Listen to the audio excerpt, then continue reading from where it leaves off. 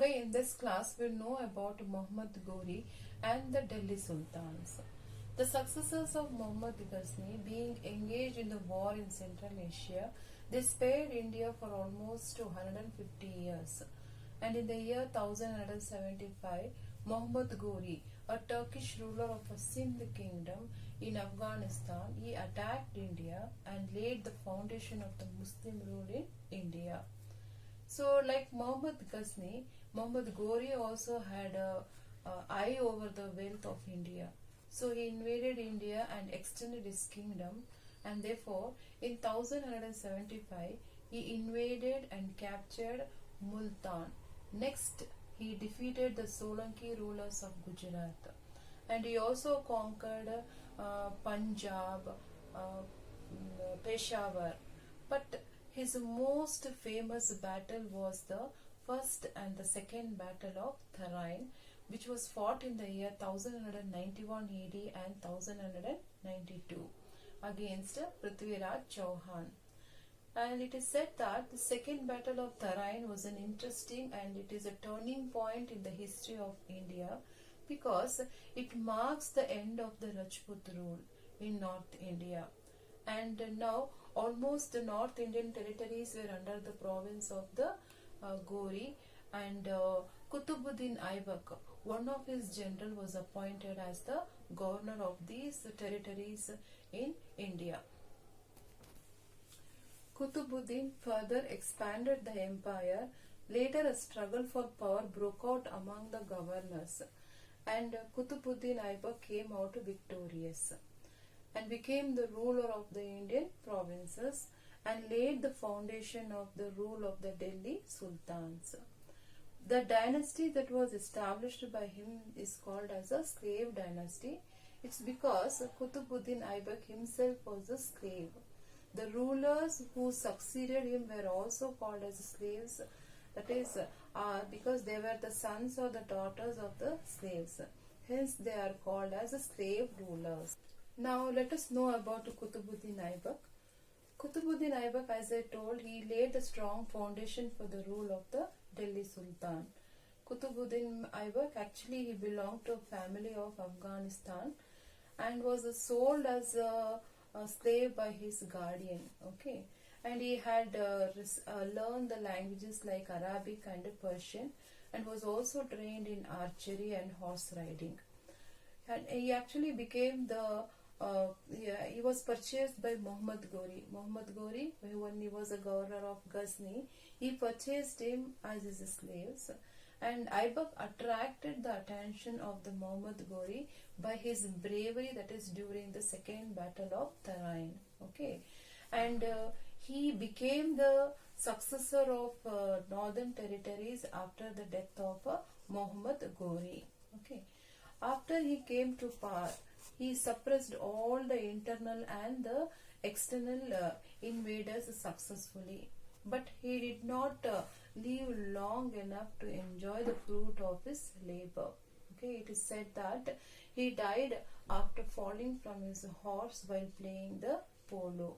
Okay, and in fact, one more thing about him is that he is a devout Muslim, and he also built a mosque at Delhi called as Quwat ul Islam, and one more at Ajmer. It is called as Din-e-Jumper. Okay, he started actually the construction of the Qutub Minar. Started to construct Qutub Minar, but he died before it could be completed. So that's about Qutbuddin Aibak. Now let us know about Iltutmish. He ruled from 1211 to 1236. Qutbuddin Aibak was succeeded by his son called as Aram, but he proved to be a weak and a feeble ruler. Hence, he was overthrown by Iltutmish, who was a slave of Qutbuddin Aibak and rose to the power. And when he came to power, his nobles refused to accept him as a ruler because they thought that he is from the slave origin. Iltutmish, who was a wise and a capable ruler, to please them, that is to please these nobles, what did he do? He had distributed his wealth. That means his support, in order to seek the support, he divided his territories amongst them, and thus he got the support to assume the power. Next, he defeated the Rajput rulers of Gwalior and Multan, Ujjain, Ranthambore, and thus he diplomatically made them to withdraw successfully. Okay, and these achievement of Iltutmish made the caliphs of Baghdad to issue him the order. That means they gave him the letter bestowing the administrative power in India. That means they granted him the power to rule in India. Okay, and during his time, it is said that he had issued the gold and the silver coins in circulation. That means he had introduced the gold and silver coins in circulation. And he was also great patron of architecture, that means art and architecture.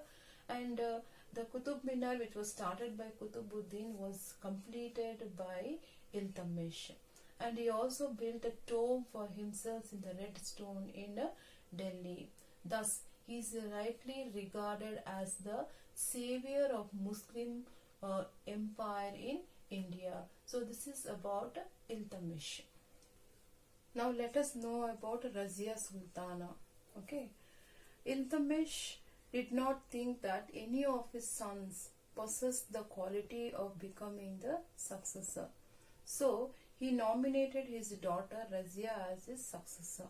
Okay, but his nobles did not like the idea of being ruled by a woman. So they made his son Ruwan-ud-Din as the new sultan. But Ruwan-ud-Din, he proved to be unworthy, so he was removed from the throne, and again Razia Sultana was made to occupy the throne in the year 1236 AD. So Razia Sultana is the first woman to ascend the throne of Delhi, and she was also earned the title called as a Sultana.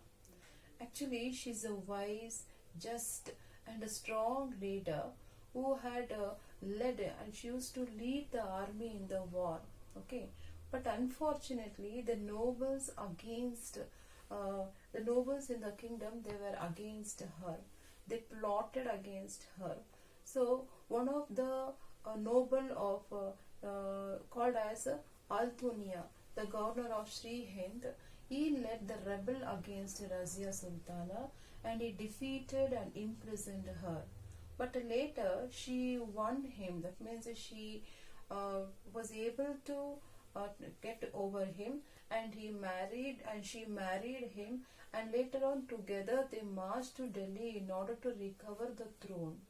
But they were defeated and killed in the year 1240. After the death of Razia Sultana, again there was a disorder in the country for some time. And later in the year 1246, noble, they raised Naseeruddin Muhammad, one of the youngest son of Iltutmish, to the throne. But even he is also do not show his competent. He was weak, and he left the entire work of administration in the hand of his prime minister called Balban. So Balban, who was also his father-in-law, carried out the administration on behalf of Naseeruddin Muhammad. Now let us know about Balban. Actually, Balban was also slave of Iltutmish and had been a part of the Turkish slave group. And due to his loyalty, intelligence and good qualities, during the rule of Razia Sultana, he was emerged as one of the noble. Okay, and after the death of Razia Sultana, these Turkish Sardars, that is nobles, supported him and led him to emerge as a great as a ruler.